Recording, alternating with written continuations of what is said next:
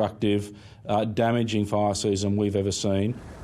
On the worst days, 4,500 firefighters were on the front line, and Australians donated millions towards relief efforts. Whilst Mother Nature has the habit of dishing out the very worst on us at times, it also, as we saw this bushfire season, brought out the very best in our people, the very best in our community. This is the type of house Fiona and Angus Farquhar would like to eventually build. They've lodged a development application and they're taking the advice of a bushfire consultant. He actually said that in a fire they expect that a fire would come from this direction, and so anything that was here would be in too close a proximity. Any new home on the same land has to be further away from the ridge. When the ABC visited Dargan, it was muddy, raining and 11 degrees. Tired of constantly moving, Singer and Michael Green will get a new caravan as soon as the power is connected.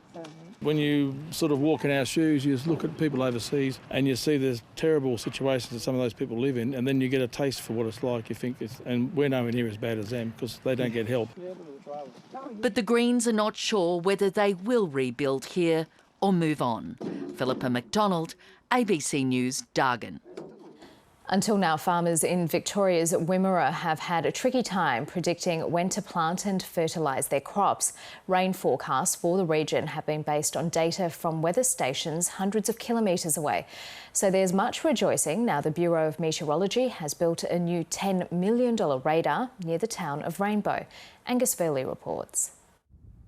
It's hard to miss the Wimmera's latest landmark. Just outside the town of Rainbow, it's pretty much a pot of gold for farmers. Absolutely fantastic. Pity we couldn't have had it 20 years ago. Until now, Marshall Rodder's decisions on whether to spread tens of thousands of dollars of fertiliser were based on information from the Mount Gambier radar, nearly 300 kilometres away. In the past, we've seen rain coming and we think we might go and either crop spray or go and spread urea, and the rain hasn't turned up. The new radar has been built by the Bureau of Meteorology with funding from the state and federal governments.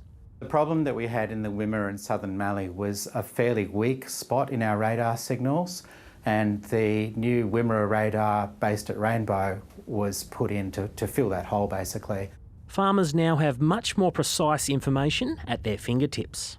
It can sense a lot about what's coming out of the sky. It can tell us whether it's hail, it can tell us whether it's rain.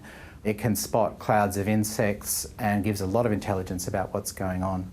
When you've got good information, reliable information that you can make good decisions on, it can really mean the difference between a break-even year to actually a bumper year. Now that the Rainbow radar is up and running, the Bureau of Meteorology is looking to improve weather forecasting for farmers further north in the Mallee. It'll soon announce the site for a new radar at Mildura. With winter crops due to be planted soon, Wimmera farmers are keeping an eye out for any sign of rain. This new one here will tell us that it's really on our doorstep and it's time to go.